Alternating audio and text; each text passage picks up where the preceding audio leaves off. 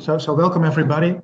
Great that so many of you, 43 now at the moment, have joined. I expect that some more people will be joining in the coming minutes, but that's okay.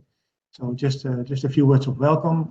As you know, this is the fourth webinar of the MAIA project. We had already an introduction. We had ecosystem services accounting, we had ecosystem condition accounting, and now ecosystem extent accounting. Many thanks to colleagues from CBS and Jan-Erik from EA for participating and for organizing this webinar. Of course, I hope the noise of my children will be limited in the few minutes I have now. So so extent accounting, of course, it's the basis for ecosystem accounting. It's crucial that we got the units right to which we assign services and condition indicators. Interestingly enough, extent accounting, of course, builds upon mapping of land cover and land use, but still that it is requiring some adjustments compared to regular land use mapping to make it fit for purpose for ecosystem accounting. And I think there's been a real development in the last years in the thinking of the SIA community on how to do extent accounting. You can really see an evolution from the framework to the technical recommendations to the current revised SIA. And the good news is that the people that have been very closely involved in revising the SIA in terms of extent accounting are presenting here today for us. So I think we're going to get a very nice update on where we stand with extent accounting, the methodologies, some examples also. So as for myself, I really look forward to the webinar and to the discussions also. As you can see on the screen, the program is Jan-Erik from European Environment Agency will introduce the European context and European work in this field. I will have some discussions, some Q&A, and then Sjoerd Steenau and Patrick Bogaert from CBS, followed by Linda de Jong and Corine Driessen, will present on experiences, both the revision of the SIA extent accounting process and also the case studies in the Netherlands. And I think that is all that I would have to say in terms of welcome. So welcome everybody, great that now 57 people have joined. It's going to be a very interesting seminar, and I think, Jan-Erik, I'm going to give the floor to yours. Thanks. I have around 12 slides showing the general outlines of our ecosystem extent accounts, and plus another 5 slides on ecosystem map that the EA also developed. I will not talk to those, but it was requested, and so I make it available via the PowerPoint. And if you have questions on those in the question and answer session, of course, I will try to answer those. So I suspect all of you know about the KIP-INCA project. So I will not go into detail, but whatever I'm showing here has been developed in the EU INCA project, where we have a particular responsibility for ecosystem extent accounts, and we've also done some pilot condition accounts. Following slide.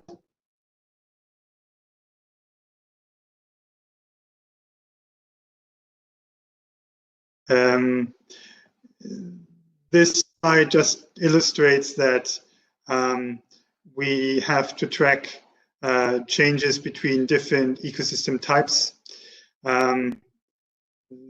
that then compensate each other in a system that needs to be fully comprehensive and also mutually exclusive in terms of ecosystem types. And what we do within the EA accounts is also track internal change as far as we can do that through Corine Lenka. So I think we should go to the next slide. When of analysis, then of course you need to check what's the detail you require, what data you have, what are the key questions. In starting with the European ecosystem extent accounts, we began with the 9 mass ecosystem types, which have been defined in this large-scale European process of ecosystem mapping. But we feel that the 9 types are really very broad and don't allow much ecological differentiation. So we have, as you will see, we have gone beyond that and developed 2 additional tiers to provide further detail. This is still, in a way, if we have overall up to 30 different types, this is in some ways still rough, in particular for certain ecosystem types, for example, grassland or forests. But it's what we can do with the data that we are using, which is green land cover, which is the only data set that is provides a complete coverage that has clearly defined classes that are mutually exclusive. And it's a regular data set that, which is also an essential precondition for an accounting approach. One could take a hierarchical approach to developing increasing detail in extended accounts. So subdividing the top tier for the second tier, and then again subdividing the third tier. The second tier for the third tier. That's what we did. But what could also, in principle,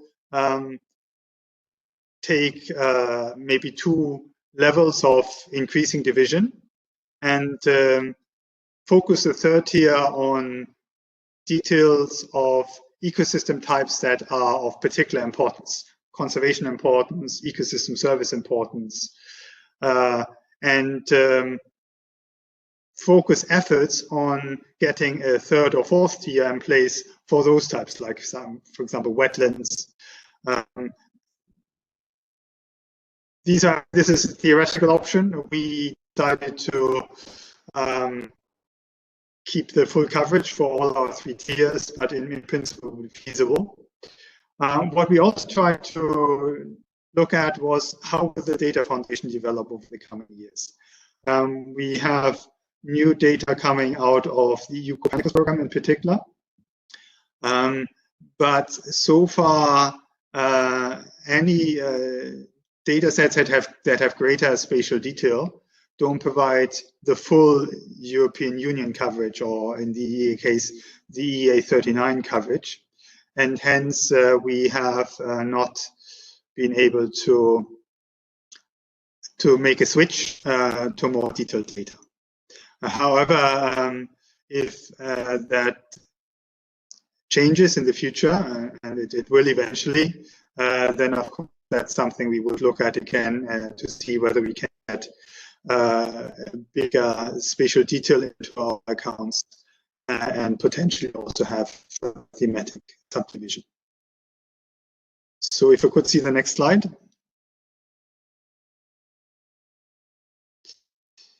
Yeah, one up.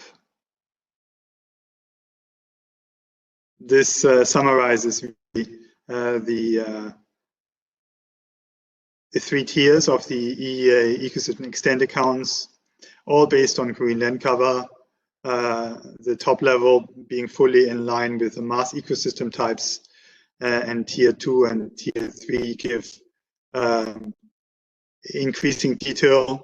For tier 2, we have 23 groupings of green land cover classes, and for tier 3 we have 30. Could I see the next slides?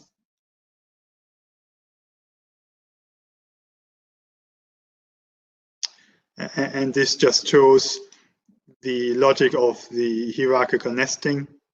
So under cropland, we then have 4 subdivisions as an example here for tier 2.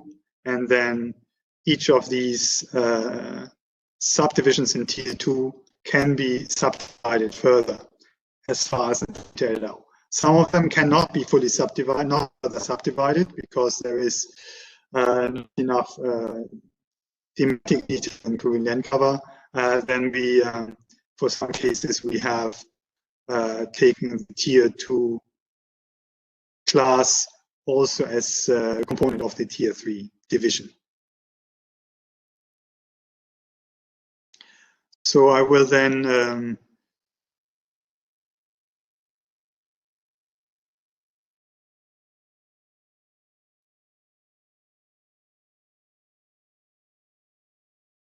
we're moving on to results.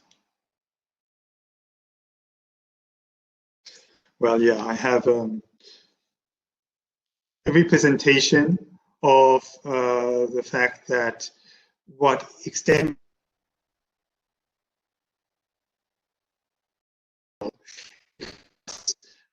spatially referenced or two ecosystem types. And once you have all your data sets spatially referenced, you can focus your analysis on whatever geographic area you are interested in, geographic area or environmental management area. So if I see the biogeographic regions of Europe,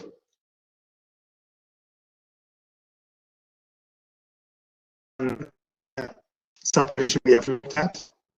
Obviously, you have different ecosystem types in the boreal zone than in the Mediterranean zone. You may have also different strength of trends. And you can look at other subdivisions as well. You could look at water basins or Natura 2000 areas, etc. On the right, it's just a representation of the share of the 9 mass ecosystem types per biogeographic region. It's what if one knows general land cover and topology of these regions. So I'm not going to talk about it in detail. In any case, one can use the spatially referenced data to present accounts as tables, as maps, or as any other representation of the results, of course. Could I see the next slide, please? Yes, this shows just results for the area of the EU27 plus the UK for the period 2012-2018. We have a time series from 2000 to 2018 altogether, but I choose this as the most recent period. And here I wanted to just set out not necessarily the results, because we have very slow land cover change minus the urbanization trend. So actually we don't see many really worrying or interesting results at the mass ecosystem type level. But what we aim to do in the setup of our accounts is not just to look at gross change.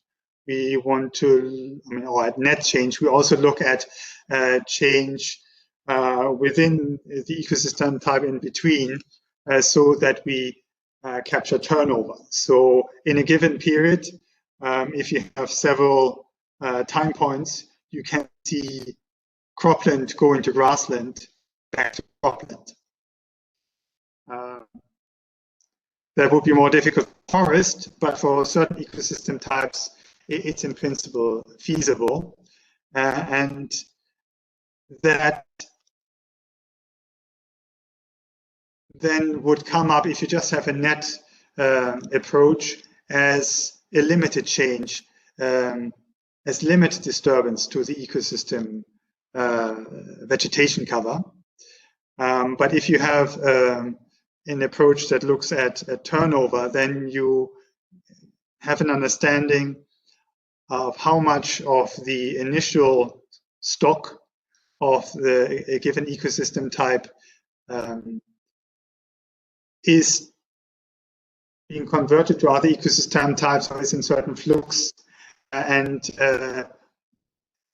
in particular, for more vulnerable ecosystem types, this is an important indication of ecological stability and the nature of the ecosystem types. It would also go for grassland. Permanent grassland has normally higher species diversity, whereas grassland that is plowed up and then re-established has normally a very low species interest. Could I see the next slide, please? Yeah, this summarizes our results.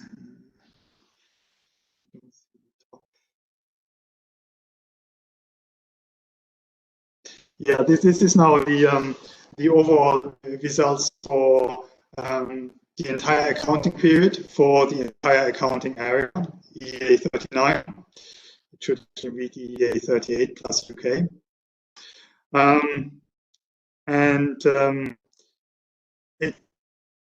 It confirms what I said earlier. We have a strong increase in urban area, but that's, relatively speaking, still a fairly small part of European land, and hence, in our approach, ecosystem cover.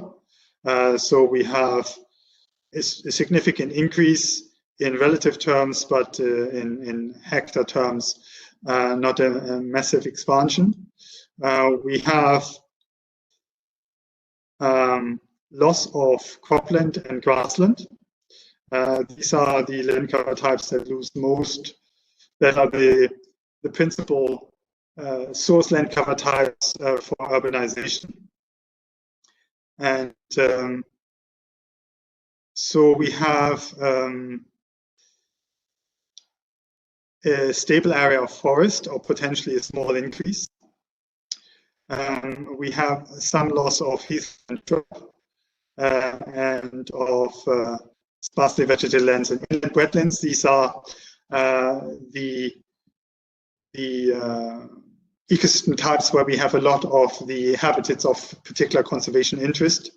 So it would be nice to actually be able to subdivide this further, and I show you some results from Tier 2 later on that point. We have an interesting increase in the area of rivers and lakes. This is most likely due to reservoirs coming into active use over the period after 2000. And we have some increase in marine inlets and transitional waters. This could be an effect of data, or it could be an effect of maybe some conservation measures managed taking away of sea dikes and opening up areas to sea flooding, for example. Apologies, I saw there are some questions coming in over chat, and maybe I should try to follow those. Jan Erik, if I can make a suggestion, please finish your presentation, because we're already running a little bit late, and then the time that we have remaining, we'll use for, among others, the questions asked in the chat box. Okay, fine. Good. Then let's move on to the last 3 slides. Yeah, this shows the trend of ecosystem. We have inside and outside, which generally indicates that there's less change in ecosystem extent and also less turnover within Natura 2000 sites, which is a positive sign, given that we want to have ecosystem stability there, in particular for the semi-natural habitat types. The differences are only in part significant, and what we do see is that we still have a very significant trend of urbanizations also within Natura 2000 areas. The following slide, please. So I present this as an example of how one can home in with the extended counts on certain areas of particular analytical interest here at the Natura 2000 sites. And you have access to these slides, so could I please see the following slide? Yes, this is a result of Tier 2. That's the level that I can fit into a slide reasonably. It covers the semi-natural and natural ecosystem types. We have been able to subdivide, in particular, the the semi-natural types heathland and shrub, sparsely vegetated land at tier 2 level. What I would just like to pick out here is that significant differences in the components of the Mars ecosystem types, if in terms of trend, if we subdivide them. So for heathland and shrub, we have a smallish decline of moors and heathland by 0.4%, whereas we have a 2% decline for sclerophyllous vegetation, which gives an average for the tier 1 level of -1%. That's even more significant in the next class, where glaciers and perpetual snow decline a lot more than sparsely vegetated habitats. So it shows that if one adds greater thematic differentiation, you get additional insight on specific ecosystem subtypes, and in particular where there's habitats that have a very small area or where there's a high conservation interest. This is, of course, something that would be very meaningful in boundary analysis. Green land cover is still a land cover approach, so we approximate ecosystem types, but even we see that drilling down enables more insights. Altogether, though, land cover minus the urbanization issue is quite stable in Europe, and if we want to understand what the situation of our ecosystem, we definitely need to combine ecosystem extended counts with ecosystem condition format, or format. The essential component there is the condition region also needs to be spatially referenced. If it's just at national level, then you can't relate it to extended counts, and you can't combine the two to have more powerful analysis of the state of ecosystem types.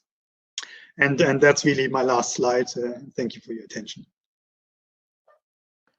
Thank you very much, Jan-Erik, for that wonderful presentation. I thought it was very informative. And it's very nice to see all the progress made in EA in the last years and to see those accounts for 2000 up to 2018. We don't have a lot of time, but let's take a look at the questions in the chat box to start with. And just to save some time, maybe it's okay for everybody that I just read the questions from what I see. And then they will just... So the question from Catherine Farrell is if there's a publication already out there, Jan-Erik, to with a documentation of these numbers. Is that already there? And if so, of course, can we put it on a link at least on the MAIA portal? It will be there in 10 days.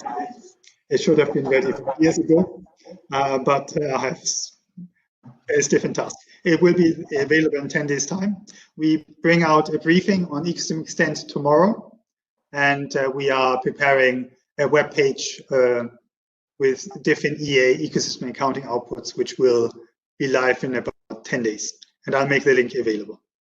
Wonderful. Thank you very much. That's great. Let's have a look at the next question from Bruno Smets from Vito. What is the reason that biogeographic region maps were chosen to aggregate information on ecosystems and ecosystem type, and not the environmental zones? Is there any specific response to that, Jan-Erik, or? Yes. Biodiversity tradition, biodiversity policy tradition. The biogeographic regions is the units within which the biodiversity community thinks. It was also utilized within Mars major trends, and so we choose it. I'm using environmental zones in other products, and it's a pending discussion to align on one or the other. But we felt that policymakers in the Commission and member states would be more familiar with the biogeographic regions, and that was the main choice, the main reason for the choice. Yeah, all right, thanks. maybe the last two questions then I probably have to close the Q&A session. So another question from Bruno. Relative change was calculated over 6 years. How do you go from a 6 years interval to an annual interval, which is typically used in accounting? I guess your answer is that you haven't done that, but do you have any thoughts on that, Jan-Erik? Yeah, this is a question which we have grappled with in MAIA. My predecessor has grappled with already. How do you translate a time series that is updated every 6 years to yearly change? You can do that. You can just do the arithmetic average, but I think it's fake. And I would rather say let's have a decadal trend and take that as the correspondence to annual change. I'm also not so sure that it helps us much. The change is slow. Then there have been discussions, should we update land cover data sets to more frequent time points? There will be a change to everything with CLC plus, but there's costs, and so you may lose spatial detail or thematic detail. So if you want to have then something that is an annual update, then I would say you could use the rate of change in ecosystem stand accounts together with accounts and produce a product that captures the dynamic in these different data sets. Some of the condition account data would be updated more frequently, and maybe that's a way forward. But I also think we have to acknowledge that some environments are fast, but that we still pick up very impactful trends over a longer time period, and those also tell us what we need to do or not. Urbanization is a clear issue. If you have a loss of productive farmland of 1% every 8 years, you can project it into the future. That gives you also a significant loss of productivity. So these data, as they are, already allow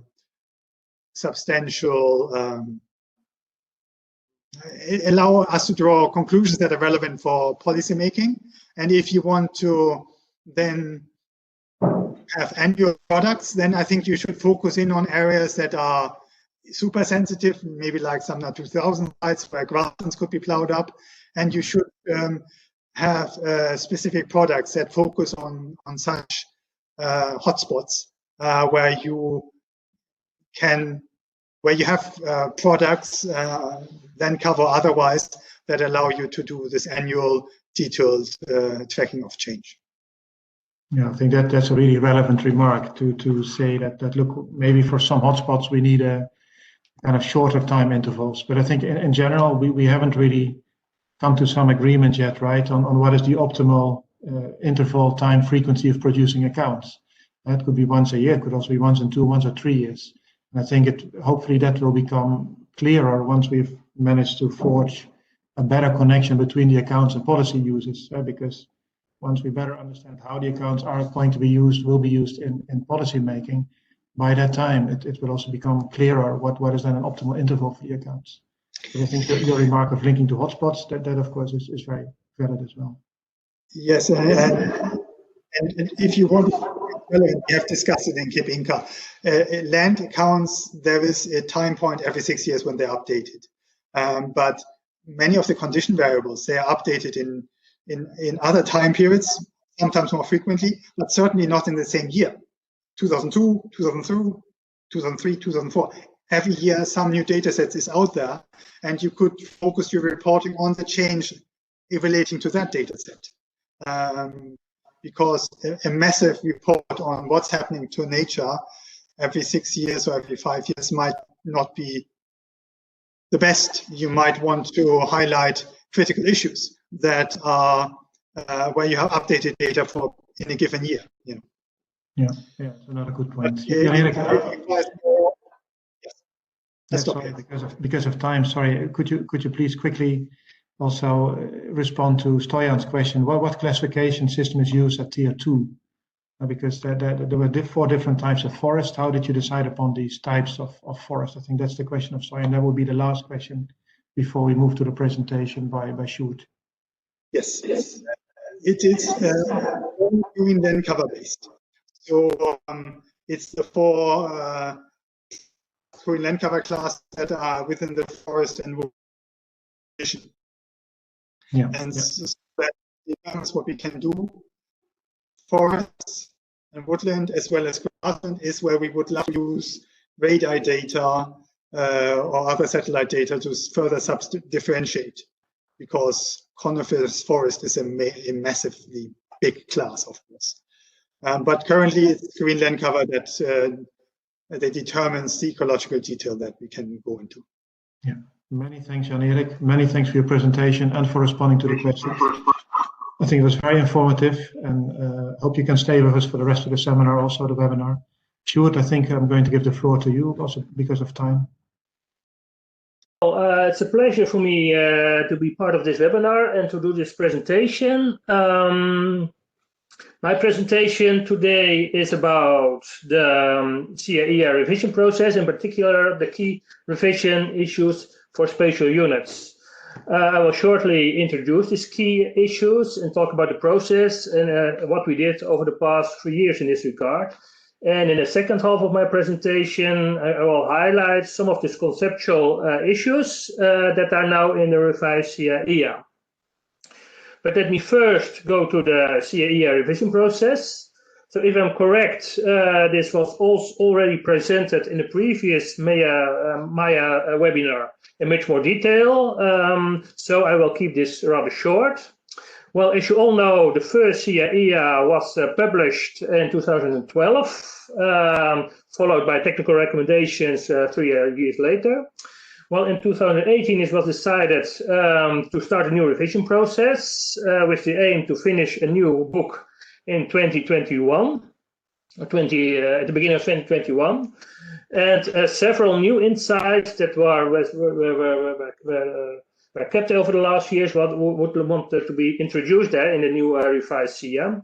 So in that regard, there were several areas where issues have been identified, where work has been going on. That is also shown at the bottom here. So work was going on ecosystem condition, ecosystem services, valuation, etc., etc. And also one of the areas was spatial units. And particularly today, I want to talk about what is the work that has been going on for that area. Well, the revision process is almost at the end. In fact, this week, the very, very last issues will have to be solved. And then the editor and also will provide the last version of the handbook. And that will then be sent by the so-called UNCIA to the United Nations Statistical Commission, and hopefully they will accept this, and the CAIA will become an international agreed methodological standard, international standard to do ecosystem accounting.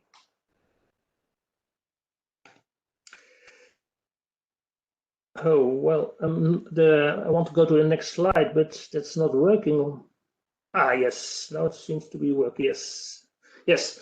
Well, when we look at spatial units, at the starting of the revision period, we identified 3 major revision issues. First of all, the development of a so-called reference classification that better represents the concept of coverage of ecosystems. Also an important revision issue was the delineation of urban areas and the treatment of their ecosystem assets. And finally, the treatment of atmosphere and marine areas. So today we will particularly talk about the development of this reference classification. And also in the second half, I will talk about the treatment of the atmosphere and the marine areas. First, I will talk what the work we did on this reference classification. Also in the next presentation by my colleague Patrick Bogart, he will then go into more detail how this reference classification looks like. Well, have sometimes problems with going to the next slides. Yes. Okay, a common starting point for ecosystem accounting is the organization of information on extent of different ecosystems within a country or other regions of interest, and how this extent changes over time. This information is then organized in a so-called ecosystem extent account. Well, to do this, you need a classification that describes ecosystem types and a map that are both essential components of ecosystem accounting. Well, normally it is expected that countries will use their own national ecosystem maps and classification as the basis for CE ecosystem accounting. Because, of course, well, these national maps directly link to all kinds of national policies. So therefore, it's indeed better if you have a good ecosystem map on a national basis to use that. However, for international comparability, these maps should be linked to a so-called reference classification. And why is this very important to have international comparability? Because if you have different ecosystem accounts, one of the key issues is, of course, to compare all this data. So a key revision issue for the MAIA was to develop a proposal for such a reference classification that better represents the concepts and coverage of ecosystems. So what we did is, there was a small working group was created within the MAIA revision process. That constituted several national statistical institutes, research areas, universities, etc., international organizations. And these experts from this working group, they started to look at, well, what would be the best reference classification for MAIA? And we started our work by looking at so-called design criteria, to which a reference classification should comply. So we have defined 6 design criteria, and with this design criteria, we looked at several different international classification schemes that are out there. But of course, this design criteria can also be used when looking at a national ecosystem classification. So this design criteria, the first of all, is that classification typology should represent ecosystems. Well, at first sight, this may seem self-evident, but still there are different classification schemes that are, for example, based on land use or purely land cover.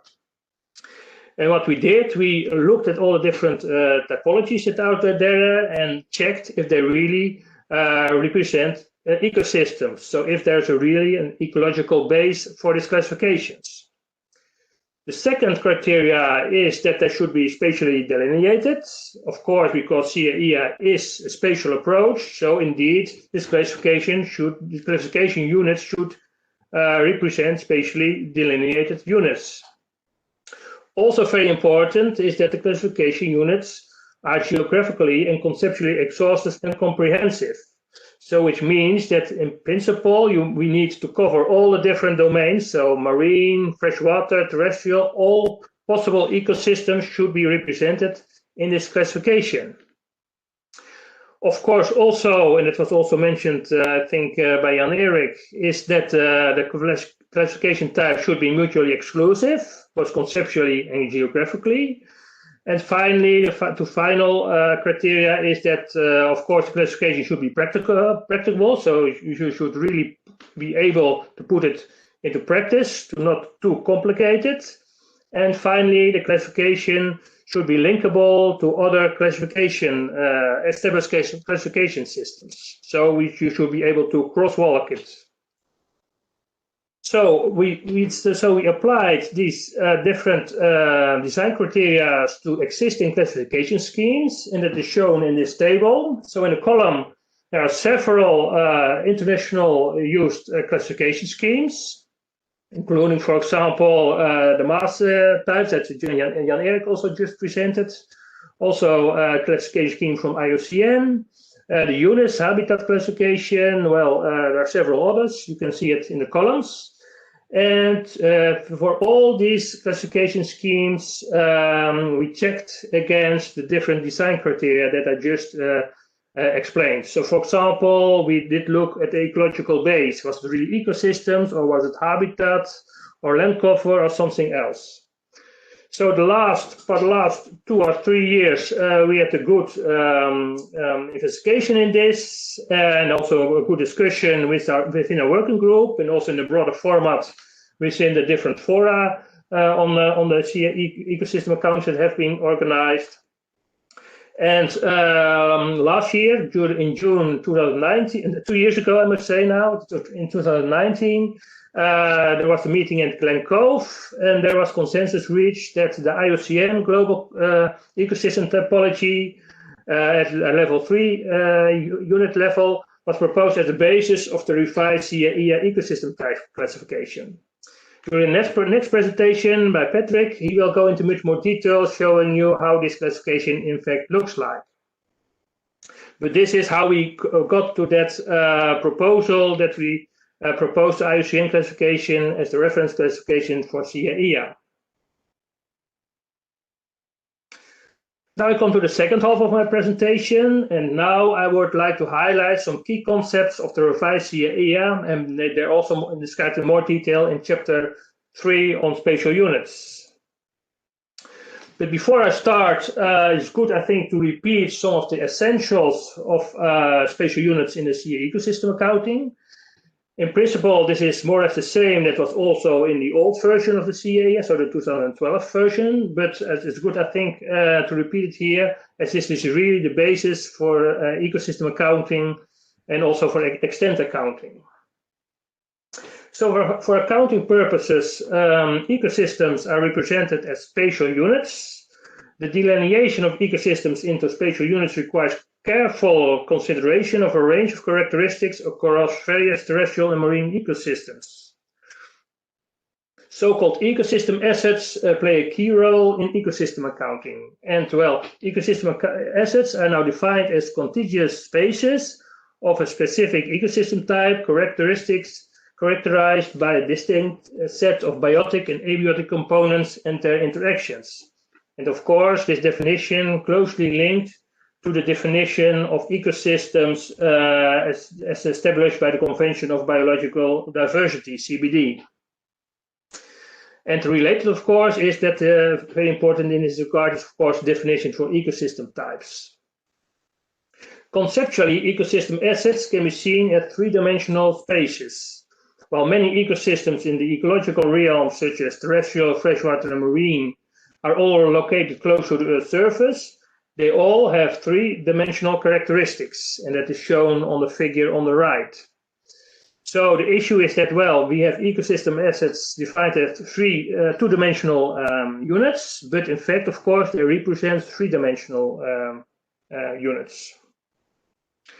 A second important spatial unit, of course, is the so-called ecosystem accounting area, which is defined as the geographical territory for which an ecosystem account is compiled. And that is shown in the figure to the right. So the black box is representing an area, an ecosystem accounting area. And within this area, you can observe different ecosystem assets, which, for example, can be a forest or a cropland or whatever. So the ecosystem accounting area, that can be a country or a group of countries, but also can be subnational administrative areas such as a state or a province, or an environmentally defined area within a country such as a water catchment or ecoregion or whatever. So this is the basis for ecosystem accounting, but of course there are a number of scope issues. Where do the ecosystems start? Where does it stop? And also how to delineate between different ecosystem assets. The first issue that is described now in much more detail in the MAIA is the atmosphere. With regard to the atmosphere, there are several important ecological processes that are based on the interaction with the atmosphere, namely respiration, nitrogen fixation, and those associated with the impact of pollution, air pollution of vegetation and fauna, such as air filtration. So the question is, of course, where is the atmosphere? Is it a separate ecosystem asset, or is it part of ecosystem assets? That's the key issue. During the revision process, we looked at this, and now the recommendation in the SIA is that the atmosphere directly above and within the ecosystems are considered part of the ecosystem asset as one of the abiotic components within the spatial units. However, if you go above a certain layer, which we now have defined as the atmospheric boundary layer, that is now forms the upper natural boundary of ecosystem assets, and it's now also a bit represented in the figure to the right. So, and the atmospheric boundary layer, that's also has been established, is defined as the bottom layer of the troposphere that is in contact with the surface of the Earth.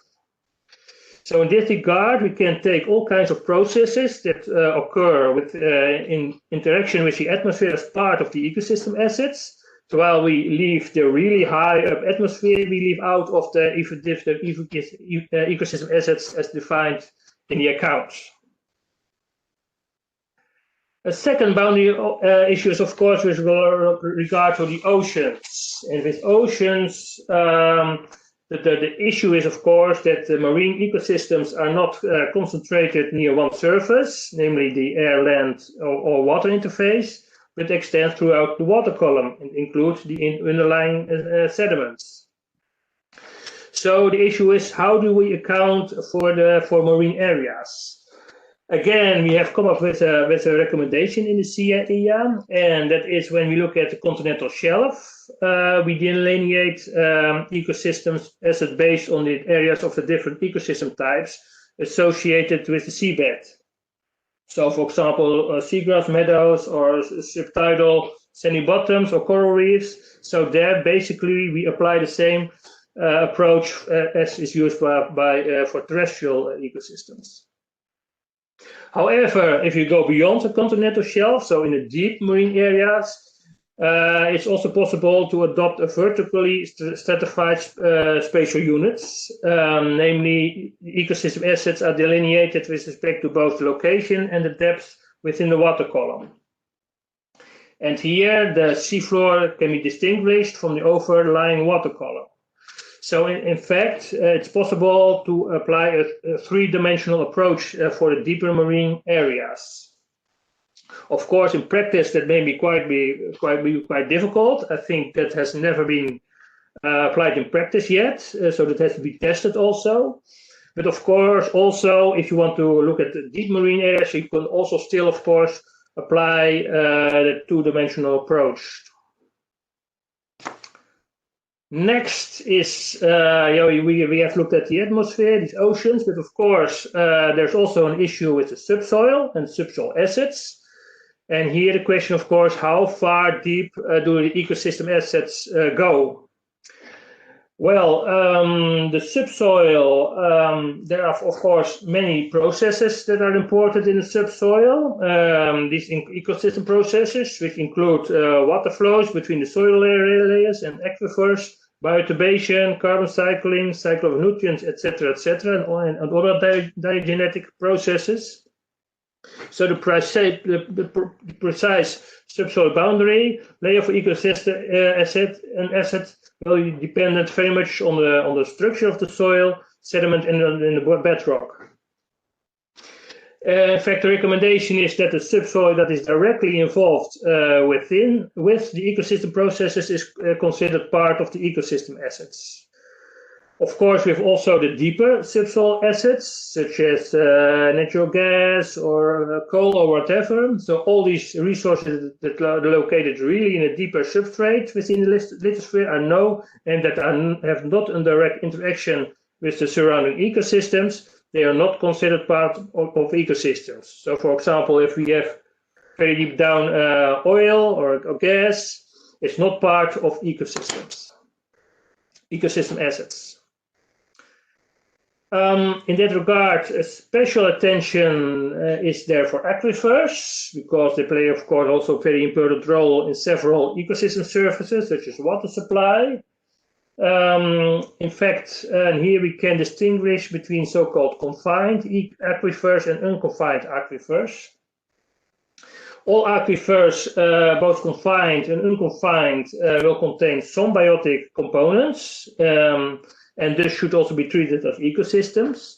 But the recommendation is that confined aquifers should be treated as distinct ecosystem assets, so distinguished between, from the ecosystem assets located above them.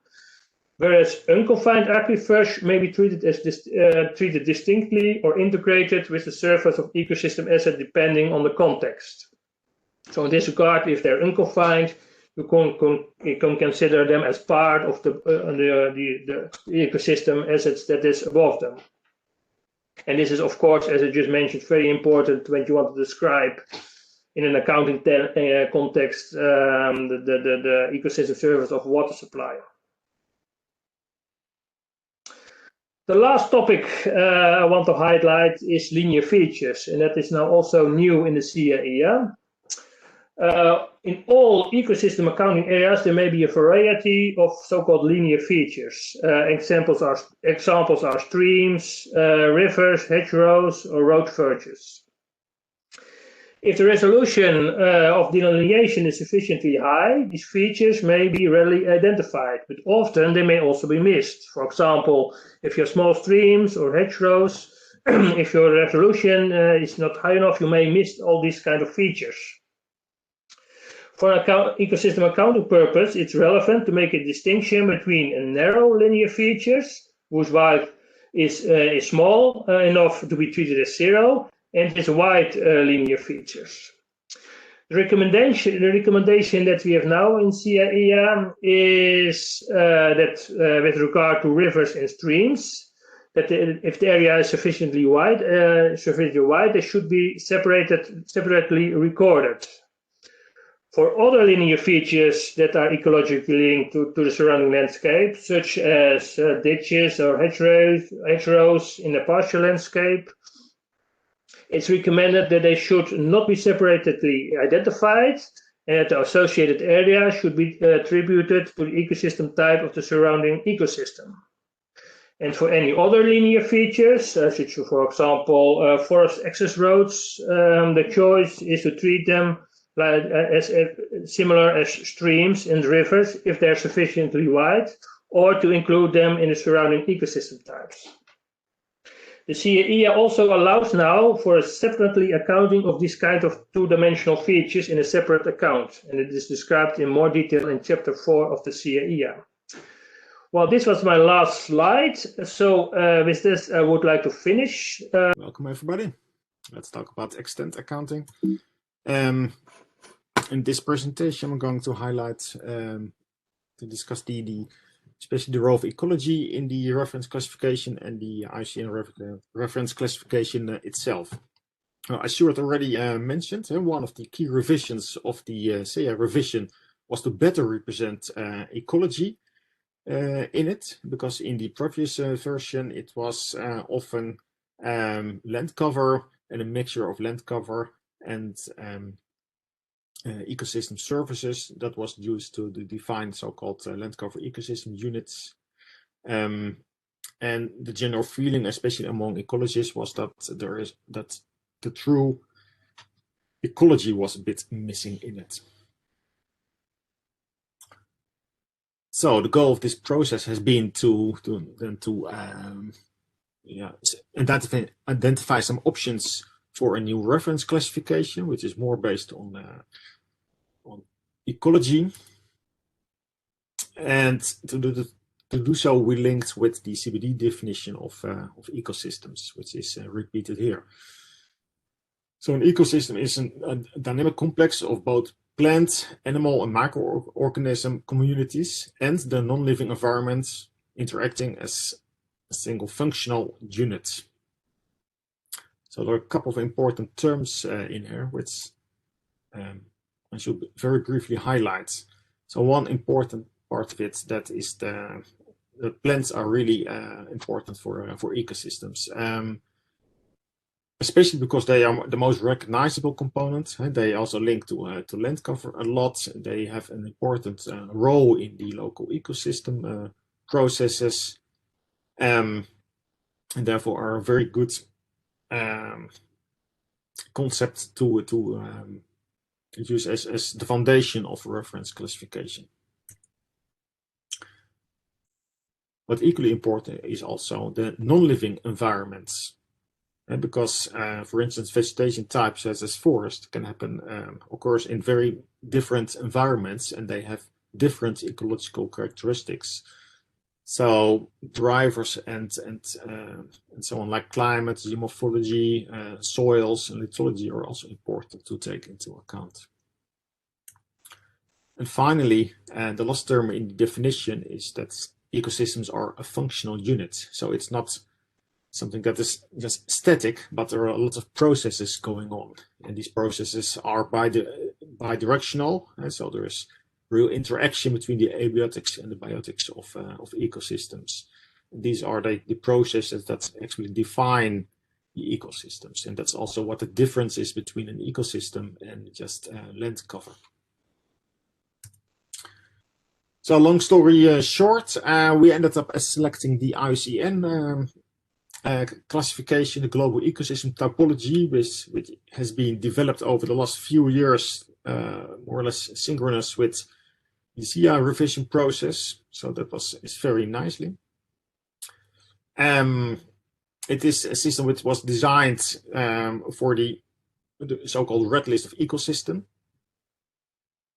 So to identify internationally, especially threatened ecosystems. It's based on ecological assembly theory, where all these different environmental conditions and filters are being used to define functionally different ecosystems. So it's a very good candidate for this purpose.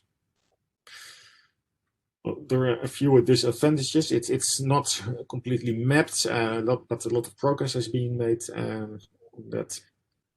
And the focus is really on natural ecosystems, so slightly less on agricultural areas and urban areas and so on. But come back to that later. We can solve that, I think.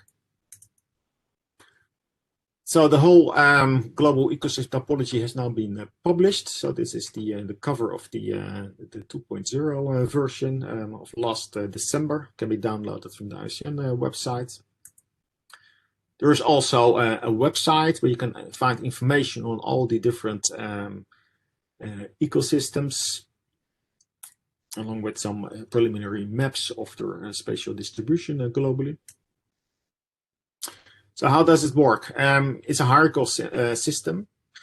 There are a couple of realms, terrestrial realm, the marine realm, freshwater, and then the intersections of those where you have kinds of interesting transitional ecosystems. And then there is a whole hierarchy of different levels. So on top, we have these realms, and then we have biomes, such as tropical forest biome. And within those, then we have ecosystem functional groups, and that is the level that is being used for the international SIA classification. And you can go deeper in the hierarchy, then you can have up to level 6, where you can have what's called the subglobal ecosystem types, which are really local expressions also of the ecosystem functional groups. But for the international work, this level 3 is going to be used. There are some examples of these ecosystem functional groups. In total, there are about, just looked up, 108. But of course, that's for yes globally. So for any individual country, it's expected that you only have 20 or so of these. It's not only for pristine nature. For instance, there are also on the top right hand, you see T7, the intensive land use systems, and there we have done also croplands, plantations, urban ecosystems, etc. So all of these ecosystem functional groups are defined in terms of a number of different resources, environmental conditions, drivers, etc.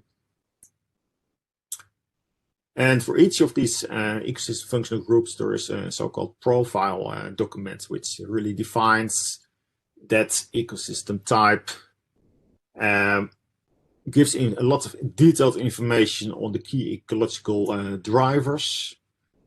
For in this case, this is the profile for tropical forests.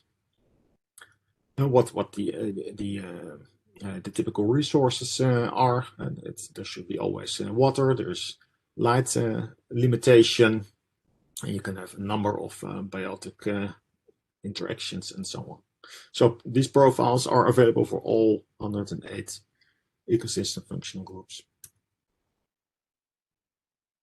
Attention has also been given to the whole all the different environmental gradients that occur in reality. So of course there is some overlap between the different ecosystem functional groups. Here I have an example of two of these functional groups, because it's at least for us in Europe, it seems to be important to not have all the cropland and pastures all grouped together into a single unit, so-called zone pastures and fields, because at least in Europe we have quite variability in land use intensity, and so we also have a lot of basically more semi-natural pastures that, at least to our view, was not well represented in this. And you can treat it as just a different condition, but in reality also because of the strong difference between intensive and extensive land use here, it also has results in completely different ecological processes, much less nutrients, more natural recycling, and so on. So we were able to suggest a new unit, the derived semi-natural pastures and old fields you see on the right hand. So at least there is also a process available just to expand this this classification to properly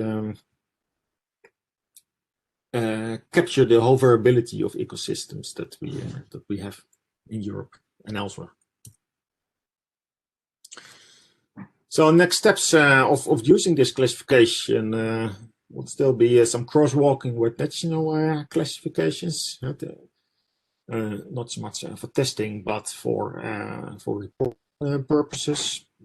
And we still need some more detail in the anthropogenic ecosystem types. I already mentioned there are some ecosystem types for instance, urban areas, but for most applications, we would like to see more detail there. For instance, distinguish between residential areas, urban parks, and so on, and the same in agricultural areas. So the current proposal for that is to use the FAO land use classification to this end. So I'll finish off with a couple of examples how we pick this up in the Netherlands. Basically, because we were in the need of a new ecosystem classification, we decided to build that up based on the IUCN classification. Of course, most units we won't have, but we try to develop new units that are aligned with the IUCN units from the startup. That's also the green boxes here in the center of the sheet. This is not always going very well. For instance, here you see in the top this large green blob where we have a lot of different urban areas that are completely different from each other in terms of ecological processes and especially in terms of ecosystem services they provide. But within the IUCN system, they will all fall within the urban and infrastructure lands units. And so this is again highlighting the example that more detail there would be required.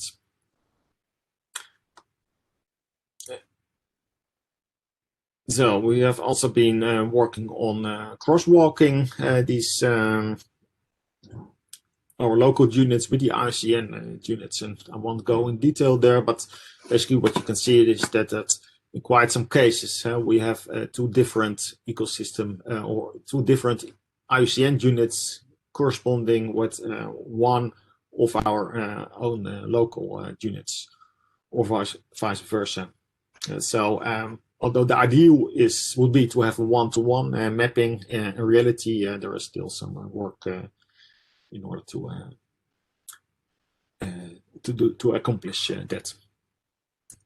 Okay, and that was the end of my presentation. Thanks. Thank you very much, Patrick, for that very informative presentation as well. I think it's very nice to get some more detail on the IUCN classification and what it means and how it links to, in this case, the Dutch ecosystem types. I think we still have some time for discussion, fortunately, so thanks also for minding the time. That's much appreciated.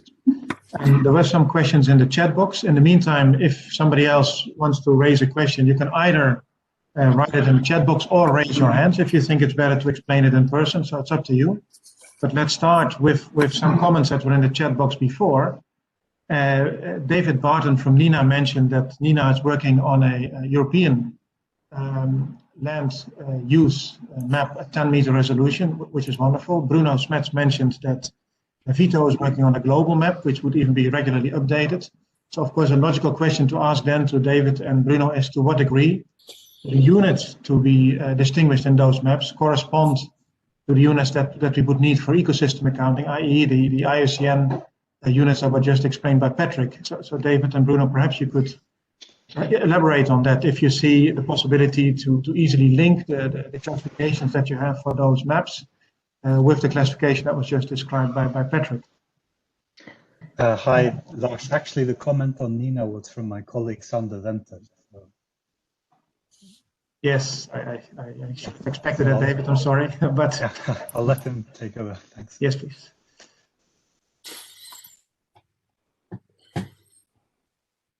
And Bruno, maybe you can start also while we're waiting for Sander. Okay, I can start. We didn't explore yet how we could map it, at least from the, let's say, the 10-meter land cover maps into the classes or the ecosystem type from IUCN. I think, I mean, in general, my idea is that the land cover maps at 10 meter, they provide kind of a basic, the basic classes. So let's call it the tier 1, more or less. Like I said, we didn't do the exercise yet how to map it. That's one of the things that we have started to look into, but didn't progress a lot. I think whenever you move towards like level 2, level 3, or tier 2, tier 3, you need to attribute these classes with additional information coming, I think, like Jan Erik says, for instance, from condition accounts or other additional information to get this kind of detailed information. So I think tier 1, yes, probably it will be feasible. Going to tier 2, tier 3 needs additional information. All right, thank you, Bruno. Maybe, thank you very much. That's very helpful. So in any case, I think that it's going to be possible to really use that new information, especially in those countries that perhaps don't have a good ecosystem type or land use map at the moment. Sander, would you mind explaining a little bit more about the NINA mapping efforts, please? Yeah, sorry for in response, but I agree with Bruno that we haven't explored mapping categories, but essentially our map is similar to the tier 1 typology, and there need to be more research into how, I think it's important to quantify how accuracy and uncertainty changes when you increase the resolution of the thematic resolution of the typology. So if you go to tier 2 and tier 3, because at tier 1 you already have some uncertainties which probably preclude the ability to detect annual changes with any statistical significance.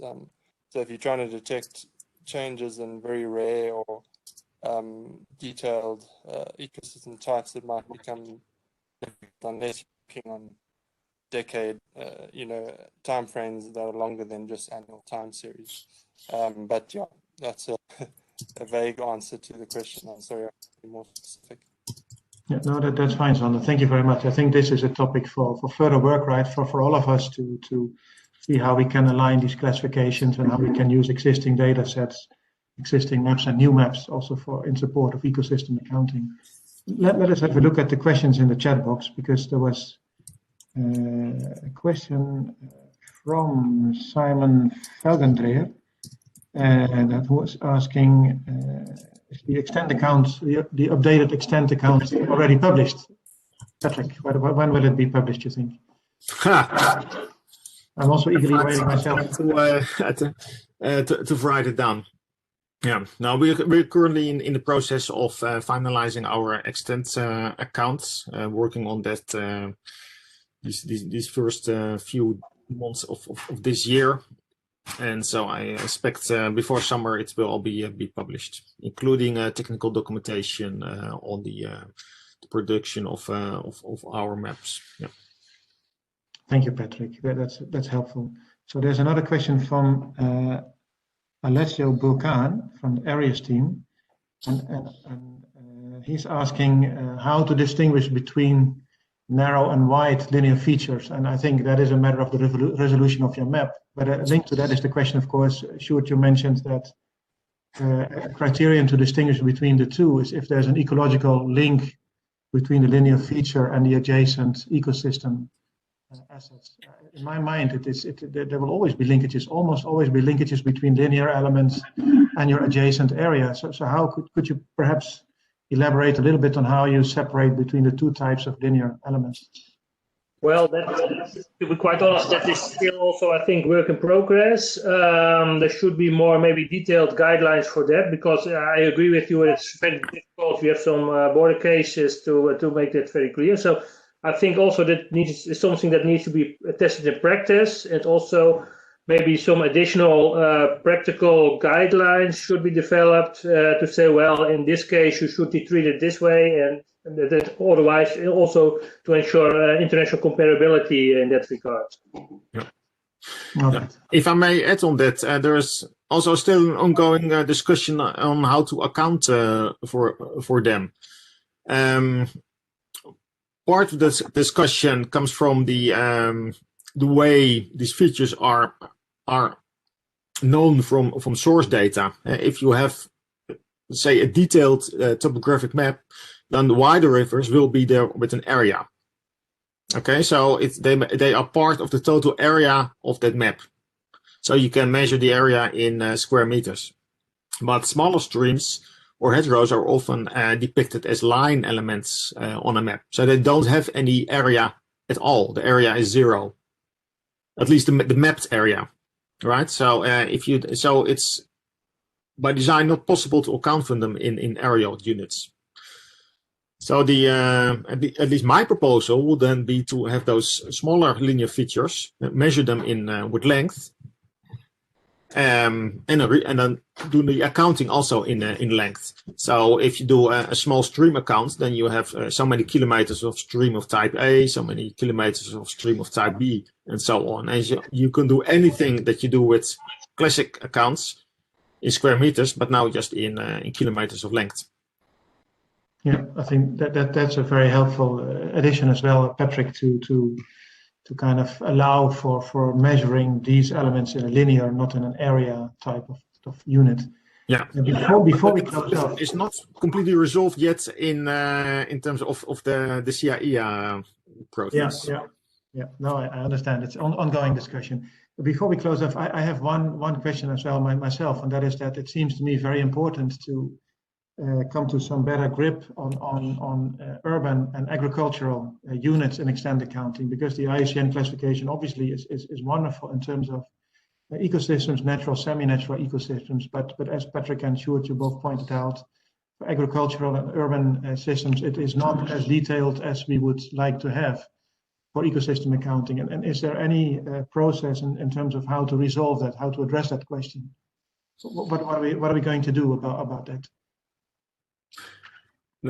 So as I mentioned, currently there is now a statement in the SEA manual that this topic will be investigated further, and that the current idea is to use the file classification for that, because that is a more land use based classification as well, and so it will be an excellent addition to the IUCN classification. And then the idea is just to have a selected set of IUCN units, especially there are the anthropogenic units. They're all grouped together in some anthropogenic biomes. So there are anthropogenic terrestrial, anthropogenic marine, and so on. And then within those, there will be a further subdivision based on that more land use based classification. That is at least the informal proposal that we made. And will this be addressed in the CA revision of that is due for March or April, or is it something that will be postponed to sometime in the future?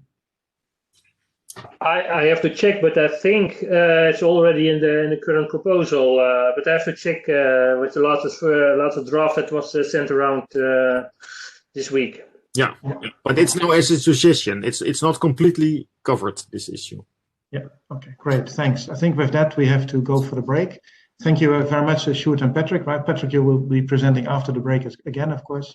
These were wonderful presentations. Let's all take a 10-minute break, so we'll be back at 2:33 in 10 minutes time. Let's talk about construction of the ecosystem extent account of the Netherlands. First, I'm going to show some details on the construction of the map, and then my colleagues will talk about the outcomes and some applications. I'm also going to limit to the terrestrial ecosystem extent. We're also working on marine and freshwater, but the focus here will be on terrestrial mainly. So as shown before the break, we have been developing a new ecosystem classification from the Netherlands as well, basically by combining local nature management types with the IUCN units. So here on this sheet you see in green boxes some examples of our ecosystem types, and to the left are then the linkages with the IUCN classes, and more to the right then are the links with our local nature management types, which are the most important source of ecosystems, at least in the natural part of the Netherlands. And also here on the far right, some early examples on crosswalking them with the habitat types as used in Europe in the Habitat Directive framework. Okay, but I will not dwell too much here on the complete legend. Basically, I'm going to show you some examples. So on the right, this is the end product. This is the ecosystem type map of the Netherlands for 2018. And how was this created? Well, mainly by combining mapped data. So we have not been using remote sensing or any other form of Earth observation here. We have limited ourselves mainly to or completely to mapped data sources. The most important of them is basically simply the digital topographic map of the Netherlands. Here it says 1-to-1. It's in the 1 in 10,000 map, which is more or less the same as 1 in 25,000. So those of you who know the detailed hiking maps, if you go to the mountains, it's typically that type of scale. So there's a lot of detail in there, and also the whole of the country is mapped. Is present in that map, and because in ecosystem accounting we need to account for every square meter of our territory, and this is the only map which is completely covering the whole country, so it forms like a baseline geometry. So a couple of other map sources will be then also linked to the map units in the topographic map. Of course, it has some disadvantages because it's mainly depicting land cover and land use and not so much ecology. So we have to append it with other map sources. The most important of those are the nature management types. Because in the Netherlands, we are a very organized country, we think. Yesterday we had some riots, but okay, usually we're quite organized. And so all of nature is being managed in the Netherlands in one way or another. So there was no wild nature left. And of course, then all these different areas are being on maps. So we use that as the main source of nature. For agriculture, it's similar. All the agriculture fields which are actually being used by farmers are also mapped out, and farmers have to annually register which crops they are growing on that parcel. In urban areas, typically we need even more detail. And there's also now a new map product is emerging, so-called large-scale topographic map. With an insane amount of detail, especially in urban areas. Every light post is there, for instance, and we use it especially for public green areas. Come back to that later. And you have even more some additional special topic maps, for instance, for salt marshes. And finally, I think it's good to mention that we also try to link up with the methodology as being used by other agencies in the Netherlands. For instance, the Wageningen University has created some maps to be used by the Dutch Environmental Assessment Agency, where they also, for nature management, and basically this map is like a set of layers of 2.5 meter resolution of most of the above mentioned map sources. But it's not a single map, it's more a collection of maps. And what we need here is one single map. Okay, so how are all these map sources being used? Basically by developing a fully automated procedure in ArcGIS using Python. So we developed a series of algorithms to identify every individual ecosystem type. And by combining all these data sources, and this combination can be, say, vertical, meaning that information from multiple maps are being combined using logic and rules and so on, but also horizontal by looking at what happens in the neighboring map units. For instance, that if in the definition of a residential area, we start from residential building blocks, but then also include all the minor roads which are in between those building blocks. So we end up with larger units representing residential areas. If you're using multiple maps, then often there is conflicting information in these maps.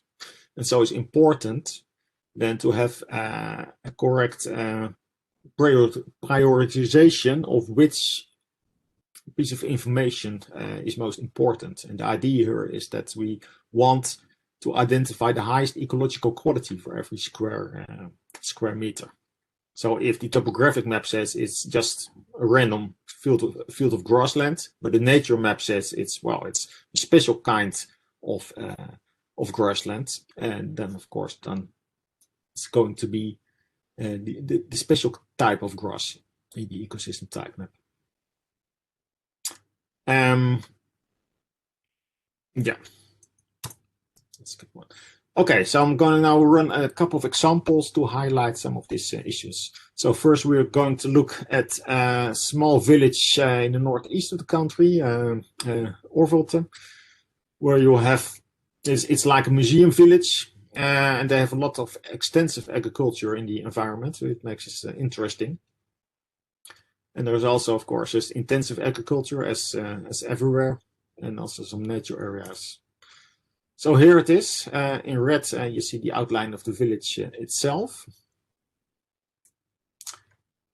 And this is what you see on the topographic map. Basically, all the light green is all just grassland. So it's just no more information than that. And the purple is heathland. And the light colors is cropland. And there is also some forest. But the problem, this is perfectly demonstrating the problem of using topographic maps is that it's just one type of grass in there. So we have to look at additional types of information. Now this is the agricultural parcel map. On the highest level, it's also just saying grassland, cropland, and nature areas. And the dark green here is now nature. But there is also information on all the individual crop types that are being grown there on the year of that we make the account for it, is in this case 2018.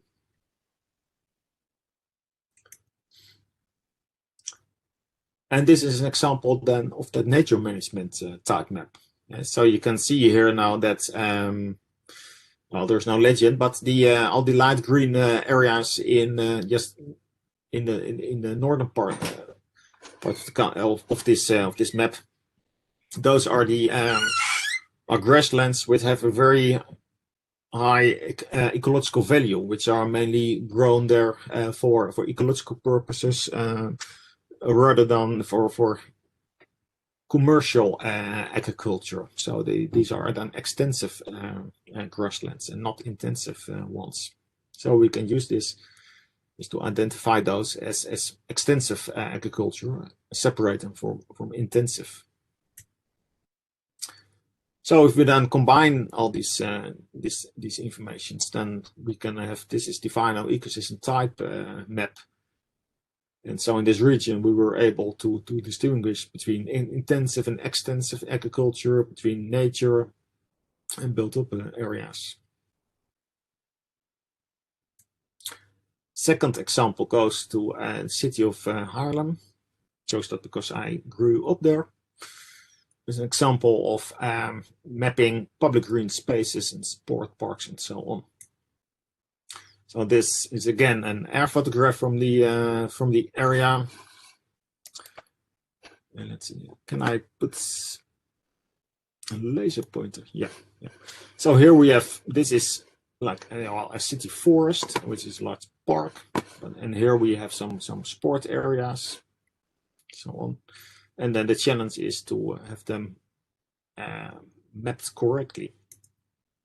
So again, on the topographic map, it just says grassland here and forest over there, and also in the sport area, just grassland. So that's not very useful.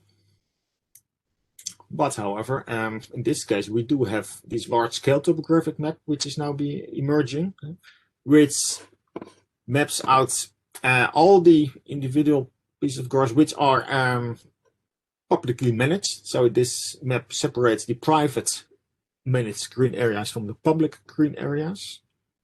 That the information has been transferred to the map units of the topographic map in this case. So you see now the same map units as before. And also in the topographic map, there is now a so-called functional layer, which, for instance, says that this area here to the right, this is a sporting area.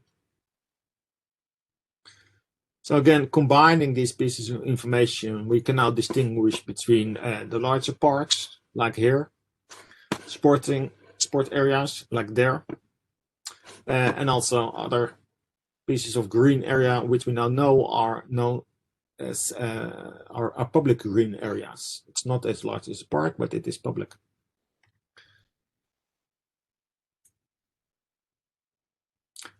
Next example is one of the coastal barrier islands here, Schiermonnikoog, here in the north of the country. Looks like this from the sea. Important is that you have the western part is mainly dunes, dry, but the whole eastern part is salt marshes. And also note here the beautiful tidal mud flats of the Wadden Sea. Topographic map again. Well, the tidal mid-flats are perfectly visible there, but if you go to the salt marshes, it just looks same map units as grass, so the same as the agricultural areas here. So again, that's not really helpful. Even worse, if we go to the nature management maps, it's not even there. And that's because this is one of the areas where the formal nature management is to have it as a large-scale dynamical coastal landscape. So that's the management type. So that map source does not distinguish between salt marsh and dunes and so on. It's just one big blob of dynamic landscape. So luckily, in this case, we also have very detailed information from the Dutch Waterboard Authority, which map these areas in quite detail based on air photographs. The timing is a bit of an issue here because it's semi-regular every 6 years, but not at the same time for all the different islands. So it's a bit of a challenge for accounting purposes. But anyway, it's a good information source. And so if we combine it with the nature management and the topographic maps, we can end up with a very nice ecosystem type map. It works out, okay. Okay, last example. So-called the Friese Wouden area here in the north of the country. There's one area, but if you look at the map here, it's all pale green, meaning pasture, so there's not a lot of forest to see, right? Most of the forest area is here in the center, not in the north. But if you look at the air photograph, you see this is one of the areas in the country where you have a lot of these tree lines and hedgerows on it, and that's a very important landscape feature over here. And in the previous version of our extent maps that we did a couple of years ago, this was not visible at all. It was just an area with a low amount of forest. But all these tree lines were not identified explicitly. So we now made an effort to map that out correctly. So if you look at the topographic map, what we see that some of the wider hedgerows and tree lines are visible here as polygons. And some others are not. They are on a separate map layer, but as lines. It seems lines. And the formal criterion are that if they are less than 3 meters wide, then they should be a line. If they are more than 3 meters wide, then they should be a polygon. Yeah. But again, the trouble here is that only the polygons have area, so they end up in an aerial based accounts.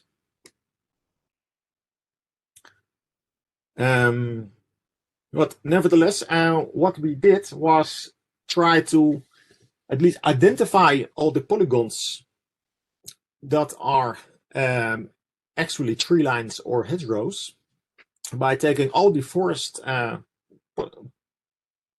polygons, because this is just a polygon with a topographic map with the attribute forest.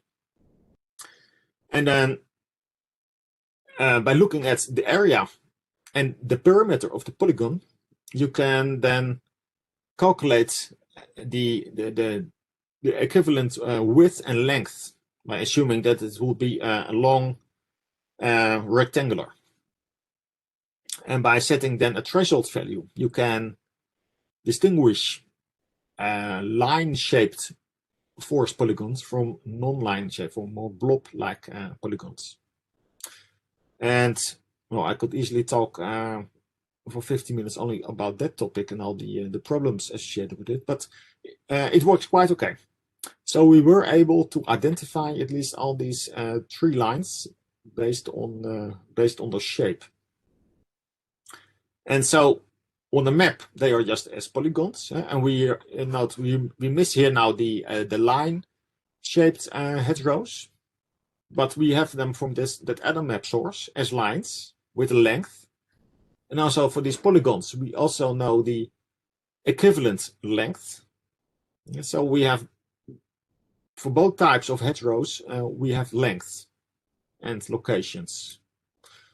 And so by combining these two different sources of hedgerows, we could make a map here of the density of hedgerows and tree lines.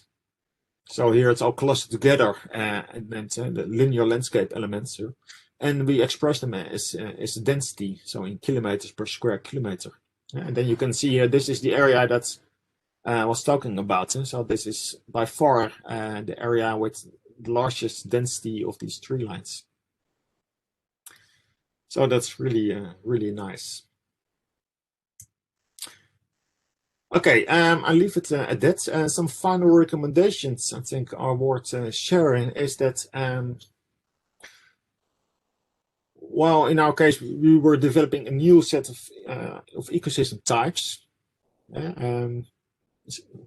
dedicated for this process, trying to link local management types with the ICN classification. And it's not something that you do just in one step. Basically, you need to balance what you want. For instance, the global ecosystem topology, being visible in there with what can be done, what information is available from the data source that you're using, and of course, you should also look at the applications for which the accounts will be used. So it requires really an iterative approach. It's also important to team up with other agencies because we make these maps. Mentioned already in the beginning that Imagining, they also make some maps, and different organizations now make maps of natural areas. So it would be really good to have some harmonization there. And we're currently working on that as well. And finally, I think it's really important also to do a lot of testing, especially if you develop algorithms to define the ecosystem types based on the source areas. You should then run the scripts for smaller areas that you are really familiar with to see if it's all going correctly. And the point there is that if you're doing an ecosystem type map for the first time, there is no good reference, so there is no way to do a formal validation. So you really need expert knowledge in there. So just choose areas that you are really familiar with, such as around your own where you live or where you go for hiking and so on. That is really helpful also in this. Sounds a bit amateuristic, but in my experience, this is the only way in order to reach a good end product. And that's it, I think. Yes. Yeah. Thank you. All right. I will be presenting some of the preliminary results of our Extend account, which will be published later this year, as Patrick already mentioned. I will first discuss the accounting table and then give some examples of interesting changes that happened through the years. So we've managed to make an extend for 3 years, namely 2013, 2015, and 2018. So this gives us an opportunity also to investigate changes over time and trends. Let me start with the changes between 2013 and 2015. You can see here in this table the start extent in units of square kilometers and the end extent and the changes that took place in between. I have here some aggregated categories. Some of these have subcategories, but it would be too much to go into all of that. So most of these, I think, speak for themselves. So we have forest, open nature would be like natural grassland or heathland or any kind of nature which is not forest. We have wetlands, dunes and beaches, water, cropland, agricultural grassland, so pastures, and and greenhouse horticulture. Then we have other agriculture, and this includes fallow land and also small buffer strips next to cropland that often have high species diversity and are usually sown with more natural grass. Then we have living economy and infrastructure, which is all the built-up area, such as houses, but also industrial areas and roads and the like. And we have public green space and recreation. So this is both like the parks within urban areas that Patrick talked about, and also things like sports parks and other recreational areas. So what is interesting to see is the biggest changes actually happen in the agricultural domain between cropland and grassland. You can see there's a high turnover, percentual turnover between 2013 and 2015. We can also see there's a high turnover in other agriculture. This would be expected since fallow land usually doesn't stay that way for long. So a large part of this changes every time. It would be interesting to investigate whether the decrease is really mostly fallow land or also these more ecologically important buffer strips next to cropland. So that's, for example, something we could investigate further. Then if we look at the account with respect to 2015 and 2018, we see mostly the same trends. What's interesting is we see some increase in public green space and recreation. I'll give an example of this also later on, but it has to do with some of the changes in classification in our topography map. So not all of this is attributed to a real change in recreation, but rather to a difference in classification, which I will explain. I think that's most of it. If you've paid really good attention, you can see that, for example, the end of 2015 for living economy and infrastructure is not exactly the same as the start in 2015. And we lately just noticed this is probably because we filter out some areas where there are overpasses, so bridges or other infrastructural overpasses, because we don't want to count them as double, but because we filter them out, we sometimes end up with an open space with no information. So this is something we're gonna also look into, but these are some of the things that you run into when you start analyzing, and you encounter things that you could improve in the method as well. So next, what we did is we made a change matrix where you can see exactly what type of changes took place. I display here the changes between 2015 and 2018. So we can see, for example, what was in 2015 agricultural grassland. A lot of that is still agricultural grassland in 2018, but also a large portion of it changed to cropland, and the other way around as well.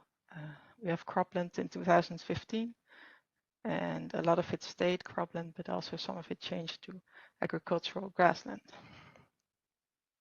I will give an example and some more overview of this dynamic, but we can also see some other changes, for example, grassland to living economy and infrastructure and open nature, and also some living economy and infrastructure that changed to public green space and recreation. I will first go into the agricultural changes. Okay, so here you see on the left side the cropland that changed between 2015 and 18. So the more green spots represent an increase in cropland, and red color represents a decrease in cropland. And this is a nice way to see geographically where increases or decreases took place for a particular ecosystem type. You also see that where cropland diminished, usually it corresponds with an increase in agricultural grassland, because these two often change into each other over time. And for the rest, you can see there are places with higher increases than others. We can see a lot of things happening here in North Holland with major increases and decreases, and other areas that stay more or less the same. One of the things we're interested in is not only the changes from grassland into cropland or the other way around, but the ecological quality of the grassland. So I've looked at permanent grassland, and permanent grassland means in this, specifically in this case, grassland that has been there for 5 or more years. Then it is considered in our agricultural administration to be a permanent grassland. And this grassland has higher species diversity and is of higher ecological quality. So it's interesting to see the dynamics of this type of ecosystem over time as well. And we see that, for example, between 2013 and 15, the permanent grassland has increased majorly in the southern provinces, but not so much in the more northern provinces. And if we look at the same change in the vector extend map, you can see that, for example, here the more light green, which is temporary grassland, has indeed changed in this time period to permanent grassland. So it has reached these 5 years, and therefore can be called permanent. All right, I would also like to give an example of permanent grassland that's converted into infrastructure. This is a nice example of a part in Friesland where you can see multiple changes taking place over time. I forgot which road this is specifically, but you can see here the situation in 2013. And over the years, you can see there's new roads that are built over here and over here. I'll show now 2015. You can see already some of this cropland is converted into other land ready for building the road. And then in 2016, you see the road over here and also the road over there. And what's interesting to see is also that this part where there used to be permanent grassland there is some water and grassland that they left. So if we look at this change, including our extent map, so the vector map, you can see the situation at first where there's a lot of permanent grassland represented by this green over here. And there is some more extensive grassland in the north, which in 2015 is then converted to this other grassland, this grassland which is not used for agricultural use and is mostly tied to infrastructure. So these are mostly like strips of grass next to roads or in between roads, which we classify as other grassland. And then in 2018, we can see the complete change has taken place. We are left with this type of other grassland with some water and etc. Not only permanent grassland here is converted to infrastructure, but also we can see in the north that some changes take place over here. So permanent grassland is firstly converted to other grassland, so it's no longer used for agriculture, and then in 2018 it falls into the darker green category, which is natural grassland, so it's actually converted to nature area. So also this is one of the challenges that if you want to interpret changes over time, like at first you would think this change over here would be from something of higher ecological value, namely permanent grassland, to other grassland would be a decrease in ecological value. But in fact, it is just an intermediary change to a more natural state. Yeah, so this is one of the challenges when interpreting this data, and also if you only have a few years of data to reduce the noise in your output. What we can also see in this example is some other changes. We see that water was introduced here, and this is something we would also like to detect in the future, because yes, grassland is converted into infrastructure here, but it's actually a sort of infrastructure of higher ecological quality, because they managed to put some nature or nature-like area next to it. And it would be nice if in the future we could like distinguish between ecological of infrastructure of high ecological value versus infrastructure of low ecological value. So this is one of the opportunities for the future. Some other changes we see is, for example, here in the bottom right, we see agricultural land, cropland, which is changed into built-up area. So this changed into building parcels. And we can also see in the right bottom corner this more of like sort of like pink area, which is a recreational area. So it's actually a camping. And in 2018, we are able to distinguish this as a recreational area. But in 2015 and 2013, this is not there yet in our source data. So this is actually a new category that was introduced in 2018. And before that, we just classified the individual pieces of grass or buildings or roads and water and the like. So this is also something to keep in mind when working with a time series.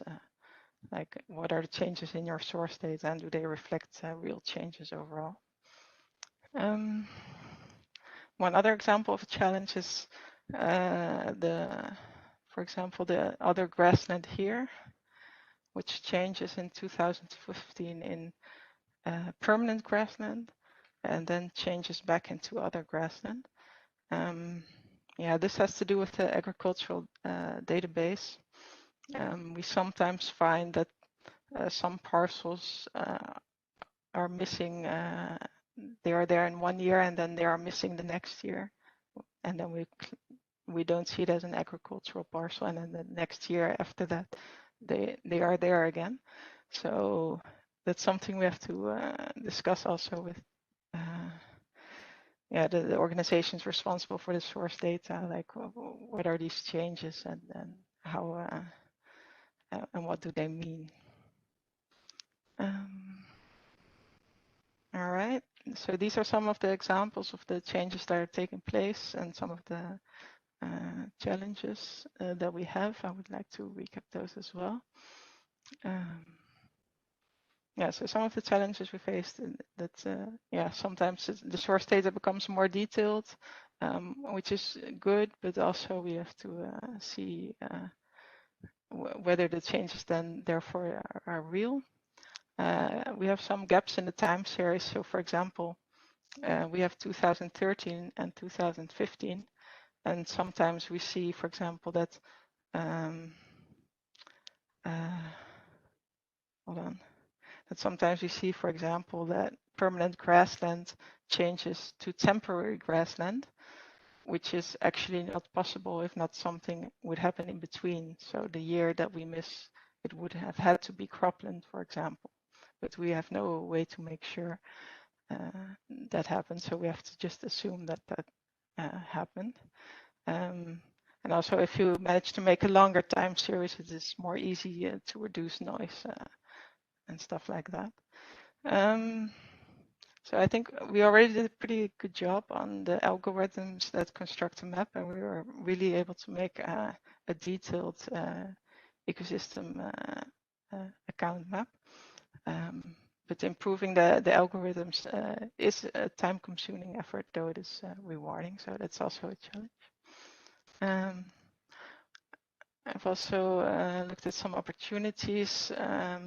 For example, it would be very nice if we could use satellite data, which we up till now have not used, to validate some of the land cover changes, or to even incorporate in other measures such as the condition account or other things. But we have not been able to do that at this time. Also, the consultation with stakeholders, so the policymakers that use the map, discuss with those what they really need, and also with other people that are reliant on our data. And also, if it's possible and there are additional data sources that we could use to improve on the map, that is also would be a very nice opportunity as well. All right, I think that is what I wanted to show. If there are any questions, I would be happy to answer. Thank you very much, Corine, for that wonderful presentation. And I think we should address questions. We can take questions both for Patrick and for yourself, right? For both the presentations at the same time. And as before, you feel free to raise your hand, right, or to speak up, and or to put a question in the chat box. And while we're waiting for the first question, I would have a very practical question that is maybe relevant for ourselves, and that is that, of course, it took quite a lot of time to develop the algorithms to produce the maps. Both Patrick and Corine, you mentioned that.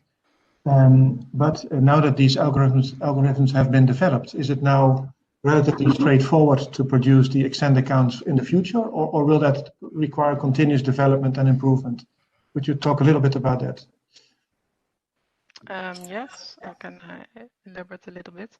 So basically, now that we have the algorithms in place in ArcPython, it becomes really a lot easier to add another year, because all we have to do is find the same source data for the corresponding year, add it to our database, and run the same algorithm. So in theory, it's very easy. The only thing that you would have to keep in mind, if you really have to look at the source data, like has anything changed in the naming conventions or stuff like that, that you would need to match the algorithm to. But yeah, this initial endeavor has really made it easier to make more maps in the future. All right, thank you. Yes, that is also what I got on condition accounting from my colleague Maria. I love that once the algorithms are in place, it is actually becoming a lot easier to update the account, which is great news, right? Because it does mean that with some initial investment in developing the methodology, then actually in the future it becomes much easier and cheaper also to produce the account. I think that's something we really need to communicate also to the ministries and the European Commission that is funding this kind of work. Yeah. But what also happens is that these data sources are changing. Corinna mentioned that sometimes the naming conventions change, but most of these maps are also in continuous development, and especially in the Netherlands, we have this transition towards the large scale topographic map that I mentioned, with that insane amount of detail that is there. Yeah. So there's and on the other hand, some existing maps are maybe going to disappear. I mean, the cadastre is going to cut down in the amount of detail in the topographic map. So that is something that is a really serious threat for our current process. All right. Thank you, Patrick, for that addition. I would like to open the floor. I didn't see any questions yet. there must be some questions. I've got many myself, but I don't think that will be appropriate. So anybody that has a question now for CBS, or yeah, Jan Erik has left the meeting, but anybody that has a question for CBS on the extend account. So if not, or while you're waiting for it, I do have here's a question. I'm sorry. From David. Question to Patrick. Will large-scale topographic maps in the Netherlands include green cover on private land? That should be easy to answer. Partly, yes. I'm a bit hesitating. I know at least the public green areas are on that map, and they are also designated as such. So they have the label public green, but also private green areas, at least outside of the cities, are there, pastures and agricultural and forest and so on. So independent of the owner. So that is privately owned, but the green areas within gardens are not in that map. So if you have a large, it of course differs between neighborhoods, but sometimes you have you also mentioned urban areas. Yeah, if you have some the more richer urban areas where they have very large gardens. That's not always mapped. And even worse, it differs between communities because the municipalities each do the mapping for their own municipality. So not everything is harmonized throughout the country. That's also a problem.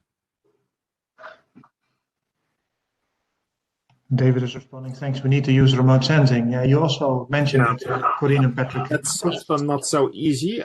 We have been several groups in the Netherlands have been trying to measure, for instance, in urban areas the let's call that pavification, where green gardens are being replaced with paved gardens and other forms of paved areas. Satellite remote sensing is too coarse for that because you have at least 8 meters resolution. Air photographs do have a very high resolution, 10 centimeters to 25 centimeters, but they're often they suffer from not perfect orthogonality. So you have a bit of slanted sides of buildings on there and shadows and so on. So it's still difficult to have a really adequate map of green areas in the square meter resolution range within urban areas. Thank you. I'm reading now the question by Simon Feigendreher. And Simon, you're asking, do you have a minimal threshold in terms of hectares that polygons have to have? So the minimum mapping unit is what you're asking for. In Germany, for instance, we will join polygons together that are smaller than 1 hectare. What's the MMU for our? It's quite small. Yeah. It depends a bit. In the nature, from the nature management map, we just copy all the polygons from the nature map. So it's in order to preserve all the areas to be consistent with totals for that. In general, we try to use the polygons as being used on the topographic map as the basic polygons. So if it's too detailed for that map, it's not being used by us. But the main problem is with agricultural areas because we use the parcels, and sometimes you have very small agricultural parcels which are with different crops, which on the topographic map shows as a single map unit. And in those cases, we did have a similar approach as you by looking which crop was the dominant crop type in the topographic map unit. But we now see that also introduces some noise in our accounts, especially if we look at land use changes, as Corinne explained. So probably in the future we will have to go into more detail there. Just have all the precise agricultural parcels in it. So yeah, the merging together as you propose, it sounds always like a good idea to have just not all the insane amount of detail in it, but just a bit coarser because it's for national purposes. But in the end, if you want to combine different changes, and especially if you want to look at changes in ecosystem types, and because then all the noise will be amplified, then you run into issues. Yeah. I think, Patrick, the smallest area that you would see on the extend account would be like 50 square meters, right? Or 100 square meters. No, probably much less than 100 square meters. What do you think? The smallest landscape elements, smallest ecosystem assets? Yeah, the smallest ecosystem assets are the smallest areas that are on the, I think, on the nature management map. So 10, 20 square meters. That's small. what. Yeah. Well, in cartography, I've been training cartography as well, and then you always have the minimum mapping units, which is usually on the printed map is 1/4 of a square centimeter. So yeah, and then you can translate that for a given mapping scale then to a physical size. So that's what you do if you do manual mapping. But then with digital mapping is slightly more difficult. And then, well, the problem is what will be the unit of the aggregated map unit. That's one problem. And then if you did that successfully, and then you have that interpretation problem if you're going to look at changes. Yeah. Thank you, Patrick. Is there any other question? Because to me, that there is a broader issue also at stake here, and that is, again, the link to the policy applications, the policy uses of the accounts, because in my mind, there is a lot of information, even also in the extend accounts, that is really policy relevant. If it's about changes in the cover of green areas that people can use for recreation, or forests, or a conversion of agricultural lands, all these trends are showing up in the accounts. So how do we connect it to policymakers? And then I think that is also connected to the resolution that we want to use, right? So Patrick, you mentioned, well, the question is, do we need to cover the smallest units in the landscape in our map when we work at the national scale? And then I guess the answer to that is it depends. What do we want to use the maps for? Do we want to use it for monitoring at a fairly high aggregation level? Do we want to use it for planning, maybe even for local planning? Do we want to give that information to, or do we want to share it with municipalities or provinces, but maybe even municipalities, so that they can use it for planning in the municipality? And of course, the further down the line we go, the more accurate and also reliable in that sense our information needs to be. And again, there, I think we need in the coming years to get more clarity on how we can best link the accounts to the users. And maybe it's not the same in all countries. That I also don't know. Any thoughts on that, anybody? Or?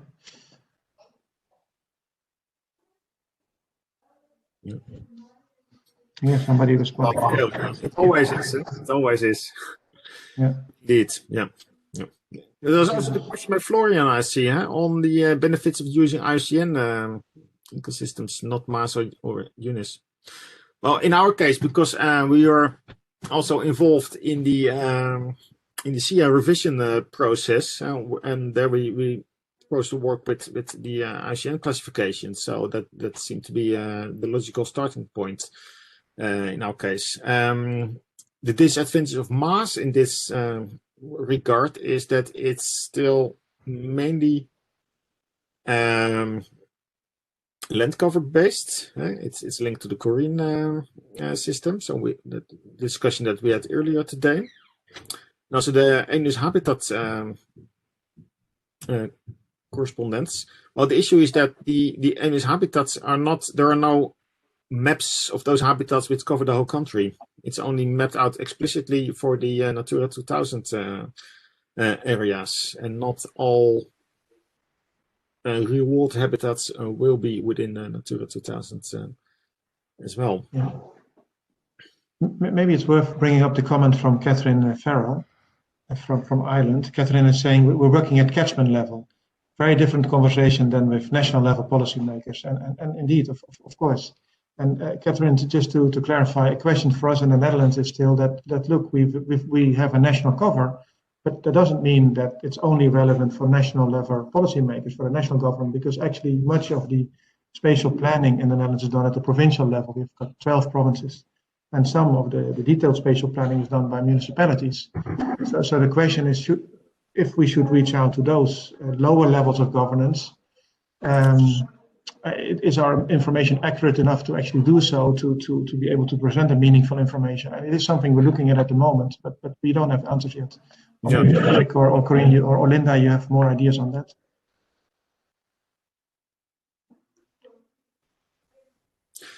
Now, so the catchment level, that is, it's more a matter of which are the ecosystem accounting areas, and not so much of the units. And in many regions, especially more relief-rich countries, it makes sense to use catchments there as well, especially because of all the ecological processes that are linked to flowing water. I've been a catchment hydrologist myself for years, so I know the relevance of it. But in the Netherlands, it's it works completely different, because it's mostly flat, and water flows from the rivers into the landscape, and not the other way around during summer. So, yeah. I see a question from David, which is really interesting as well, a different topic, which is about privacy issues. Have we encountered any privacy issues impeding our publication of high-resolution lens cover extent and condition data? I'm not sure, actually. Yeah. I think not, because all the maps that we used, I think, are also publicly available. So in that case, we're not giving away more information than is already out there. Yeah. But we still, it's more the other way around. We cannot use all the information that we want, especially in the agriculture areas. You've highlighted a few times that we look for the highest ecological quality of those, and then it makes sense to distinguish between intensive agriculture and more nature inclusive, regenerative agriculture. And there are some good data sources for those, because farmers get paid to take these to do regenerative agriculture, but that is not published data. So basically, what we are using now, that is a more coarser level of that label, which is slightly more like a potential to have regenerative agriculture on those fields than its actual. And in order to make this last bit of improvements, we would need that data, but that's not. We still have to negotiate that with the agency who was. How do you say that in English? Who has this data, and it's because of privacy issues. Yeah. And if we would then process it, then of course, then we cannot publish it at that detail. So indeed, this is one example where this indeed is the case. Yeah.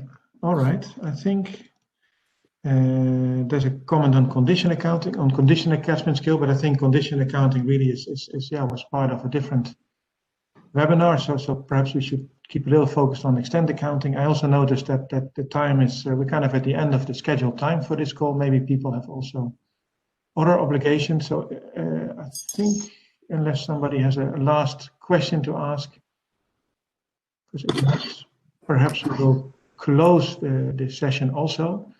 Thanks very much again, Corinne, Patrick, Linda, for your presentations. It was really great, I thought, to have this information presented so nicely. And just as a reminder, the next webinar from MAIA is on 23 February, right? It's on three accounts, valuation of assets and services.